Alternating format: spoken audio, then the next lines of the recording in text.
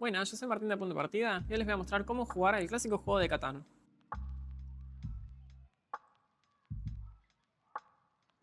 Este juego va a ser una carrera por ser el primero en llegar a 10 puntos de victoria. Para eso lo que hacemos es instalarnos con nuestras estructuras que van a generar recursos. Con esos recursos vamos a crear más estructuras, vamos a hacer acuerdos y alianzas entre jugadores que vamos a poder romper mandándoles a un ladrón para que robe sus riquezas o tapando sus caminos. Cada jugador empieza eligiendo un color, luego recibe los 5 poblados, las 4 ciudades y sus 15 carreteras. También le damos una carta de referencia para saber los costes de fabricación. Para armar una partida estándar de Catán, lo que vamos a hacer es empezar por mezclar las piezas del marco y armarlas como si fueran rompecabezas al azar. Luego tomamos los hexágonos de terreno, los mezclamos y los colocamos al azar, formando la isla.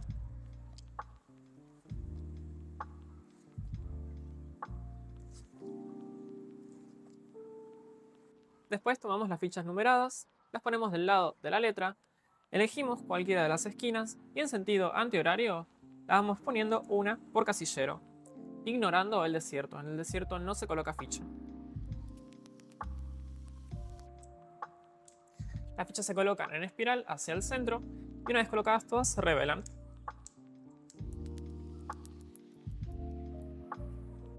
A un lado del tablero vamos a dejar los recursos y vamos a mezclar el mazo de cartas de desarrollo.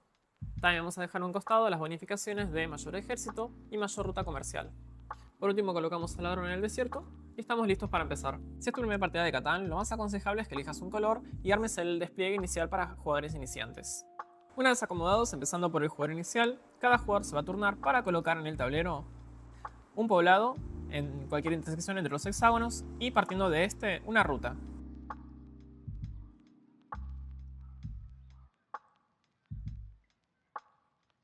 Una vez completada la vuelta la vamos a repetir, pero ahora en sentido inverso, y considerando que vamos a cobrar los recursos de la segunda estructura.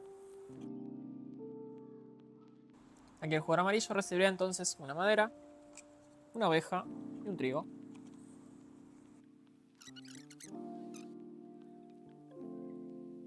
Al momento de colocar los primeros poblados hay que considerar lo siguiente.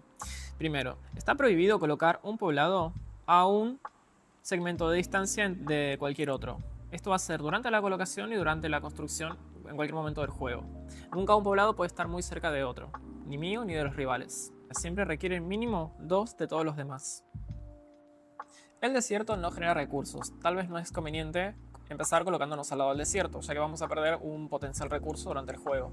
Si bien está permitido colocar tu primera estructura al lado de un muelle, solo lo recomendaría en caso de que tengas mucha producción de ese recurso. Ahora bien, si no tenés planeado jugar con muelles, te conviene buscar la mayor variedad de recursos. Es importante seleccionar bien los terrenos donde colocamos nuestras primeras estructuras. En este juego hay 5 terrenos diferentes y cada uno genera un recurso distinto. Para empezar tenemos los bosques que generan madera, las canteras que van a generar ladrillo de arcilla, las montañas que generan mineral de ore o piedra, los campos que generan trigo y los campos de ovejas que generan lana. Los jugadores van a recibir recursos cada vez que en una tira de dados salga un resultado que esté junto a una de sus estructuras de poblado o ciudad. Por ejemplo, si tiramos y sale el 9, el jugador azul recibiría una oveja y el jugador amarillo recibiría una de arcilla, independientemente de quién tiró los dados. Este cobro es por estructura. Eso quiere decir que si por ejemplo el amarillo ya contaba con 2 poblados al lado del 9, en lugar de 1 recibía 2 cuando salga ese resultado. Si tiramos 2 dados de 6 caras, los números en rojo son los que tienen más combinaciones posibles. Para conseguir un 8 podríamos conseguir un 6 y un 2, un 5 y un 3 o 2 4s. Mientras tanto, los números en negro más chiquititos son los que tienen menos combinaciones, como puede ser el 2 o el 12, que solamente se pueden conseguir con 2 unos o 2 seises. Por lo que tal vez va a ser conveniente que tus primeros asentamientos estén al lado de algún número rojo, evitando que estén al lado de los números menos probables. La variedad de recursos es importante para poder construir las diferentes estructuras. El turno de los jugadores va a estar dividido en 2 partes. Primero la fase de producción y luego la fase de acciones. En la fase de producción empezamos tirando los dados. Se suman los resultados y todos los hexágonos que tengan la suma del resultado van a generar recursos a los que tengan una estructura de poblado o ciudad junto a ese número. Por ejemplo, acá se lo 9, el jugador amarillo recibe un ladrillo y el jugador azul y el jugador rojo reciben cada uno respectivamente una oveja. No importa quién sea el turno, cada jugador se va a cobrar un recurso si tiene al lado del número un poblado, o 2 si tiene al lado una ciudad. Por ejemplo, si sale 5, el jugador azul lo que va a hacer es cobrarse 2 de trigo, porque tiene una ciudad. Y el jugador amarillo se va a cobrar 1 de trigo por cada uno de sus poblados. Entonces también recibe 2 en total. Si un número no tiene ningún poblado o ciudad al lado, no genera recursos. Ahora bien, si durante este paso sale 7, se activa el ladrón. En ese momento lo que hacemos es verificar si algún jugador tiene en su mano 8 cartas de recursos o más. En este ejemplo, el jugador amarillo tiene más de 7 cartas y lo que tiene que hacer por consecuencia es perder la mitad de sus recursos. Esa persona elige cuáles quiere descartar. Elige la mitad de recursos redondeando hacia abajo y se los devuelve al banco. Cualquier jugador que tenga 7 cartas o menos está a salvo de ser robado del ladrón. Una vez que todos los que tengan 8 cartas o más hayan perdido la mitad de recursos, el jugador que tiró los dados, que tiró 7, tiene que mover al ladrón tapando el número de cualquier hexágono. Luego tiene que robarle una carta a uno de los jugadores que esté al lado del ladrón. Acá puede elegir robar una carta al rojo o una carta al azul. La carta que roba es al azar, no puede elegirla. Si un número está tapado por el ladrón, este no va a generar recursos por más que salga en próximos turnos. En este ejemplo, si saliera 6 en un turno siguiente, este hexágono no genera recursos, pero este sí. Entonces el azul se llevaría uno de ladrillo, el blanco también, pero ni el rojo ni el azul se llevarían la piedra de este casillero.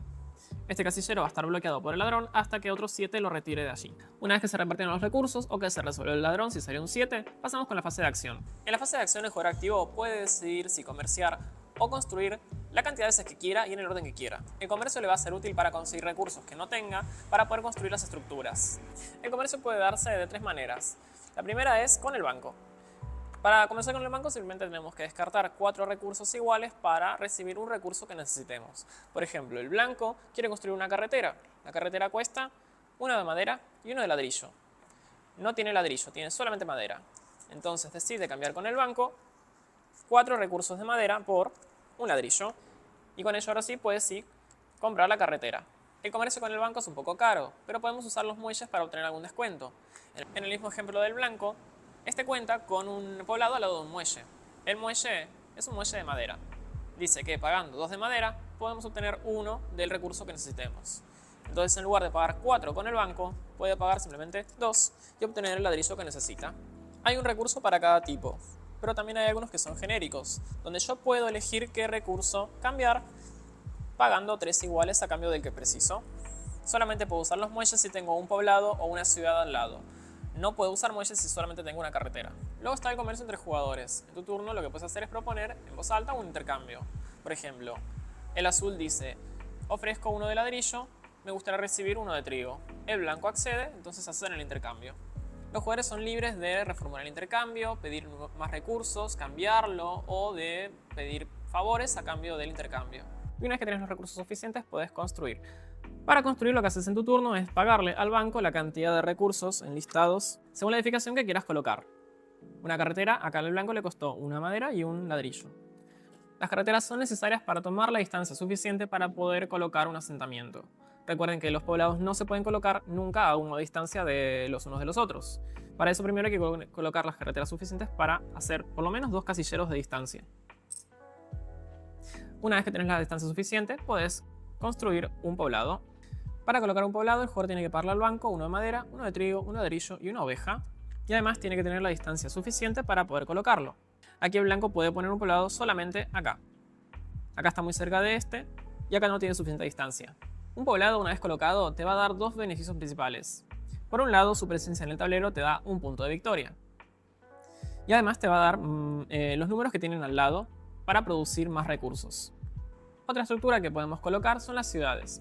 Las ciudades se pagan dándole al banco 3 de piedra y 2 de trigo.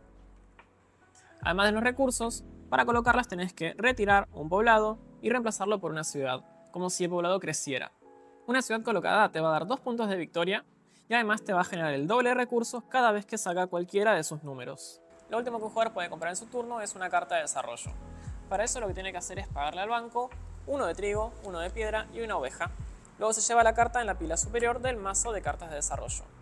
Las cartas de desarrollo no son recursos, no cuentan para el límite de 8 del ladrón, ni pueden ser robadas por otros jugadores cuando mueven al ladrón. Cuando compras una carta de desarrollo la puedes usar a partir del próximo turno. Puedes incluso usarla antes de tirar los dados, pero no solamente puedes usar una por turno. Vamos a ver algunas de ellas. Con la carta de progreso Invento, vas a poder tomar 2 cartas de recurso, las que vos quieras. Con la carta de progreso carreteras vas a poder colocar 2 carreteras gratis, sin pagar los recursos. Después tenemos la carta de monopolio. La carta de monopolio, cuando la usás, declarás uno de los 5 recursos. Todos los jugadores están obligados a darte todo lo que tengan de dicho recurso. Por ejemplo, el jugador blanco necesita madera para construir un poblado. Usa la carta de monopolio antes de tirar los dados y le pide a todos los jugadores que le den la madera que tengan. Todos están obligados entonces a entregarle la madera que tengan en la mano. Y ahora sí puede construir un poblado. Si nadie tenía dicho recurso, mala suerte. Siempre que uses una carta de desarrollo, esta se devuelve a la caja del juego, no vuelve a ingresar al mazo. Después tenemos las cartas de puntos de victoria. Estas no se juegan en la mesa, sino que se mantienen en secreto en la mano. Cuando sumes 10 puntos con las cartas de puntos de victoria y tus estructuras en el tablero, las revelas y ganas la partida. La última carta de desarrollo son los caballeros. Los caballeros, al momento de jugarlas, no se devuelven a la caja del juego, sino que se quedan delante del jugador. El caballero lo que te permite es jugarlo, mover al ladrón y robar una carta. Cuando juegas un caballero, este ahora forma parte de tu ejército. El primer jugador que consiga 3 caballeros delante suyo va a llevarse la carta de bonificación de mayor ejército, que te otorga 2 puntos de victoria en tanto seas poseedor de la carta. Si cualquier jugador juega más caballeros que vos, te roba la carta de mayor ejército. La última bonificación que queda por comentar es la mayor ruta comercial. Esta la va a recibir el primer jugador que consiga 5 segmentos de carretera continuos de su color. Inmediatamente recibe la carta de mayor ruta comercial y 2 puntos de victoria. Sin embargo, si otro jugador consigue una ruta más larga, por ejemplo el azul, si hiciera una ruta de más de 5 segmentos, de 6, se la roba y se la queda. Si vuelve a hacer una de 7, que lo recupera. Sin embargo, si mi mayor ruta comercial se ve interrumpida por otros jugadores, pierdo el beneficio. Por ejemplo, si el azul coloca en este segmento un poblado, le corta la ruta al rojo y pierde el beneficio. Considerar que la ruta comercial no ramifica. Es decir, acá el azul, por más que tenga 5 segmentos, no son una línea continua. Entonces no gana el beneficio. Pero si consiguiera uno acá, ahí lo conseguiría. Una vez finalizado el turno de un jugador, si ya consiguió 10 puntos de victoria, gana la partida. Si no, pasamos los dados al jugador de su izquierda y seguimos jugando. Y esas serían todas las reglas para jugar Catán. Espero te haya gustado. Cualquier consulta nos puedes dejar abajo en los comentarios. Como siempre, invitamos a dar like y suscribirse y a venir a jugar con nosotros a punto de partida.